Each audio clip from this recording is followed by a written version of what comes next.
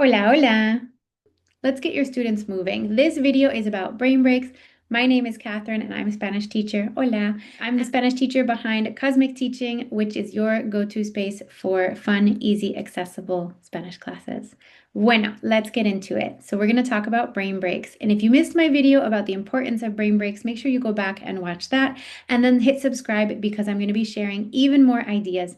But today's video is about movement-based brain breaks. So I'm going to share my favorites and then I'm going to share the one that I did in my class today. All right, so I love a good would you rather brain break. And if you search online en español, you will find would you rather brain breaks in Spanish that exist on YouTube. My favorite ones are the ones that get my students moving. A ver, so por ejemplo, it might say, do you prefer pasta o patatas? And if they prefer pasta, they have to do jumping jacks. And if they prefer patatas, they have to dance in place. And so I love those videos because my students get moving and it takes 3 minutes out of our class time to get them engaged. And with those videos en español, they're getting additional input that they wouldn't otherwise be getting just listening to me teach.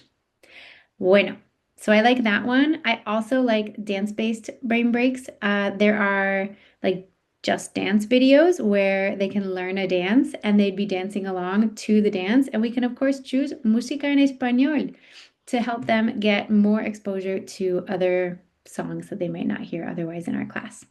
All right, and then let me teach you the brain break that is my go-to every time we need a little break, we need a little movement.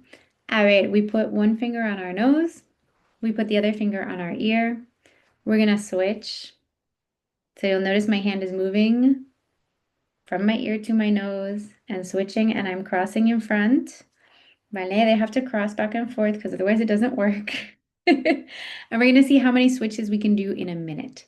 So I do that one in class. That's the one I used this morning to wake up my sleepy, snoozy students, and it's my favorite go-to brain break that I use consistently. Vale? I love to use a brain break after an assessment because they are sleepy after an assessment, right? Or during a transition. I also might use a brain break right at the start of class if I'm already noticing that they're falling asleep. Vale? These brain breaks that I've shared with you are low prep, high energy, and they're going to keep your class fun.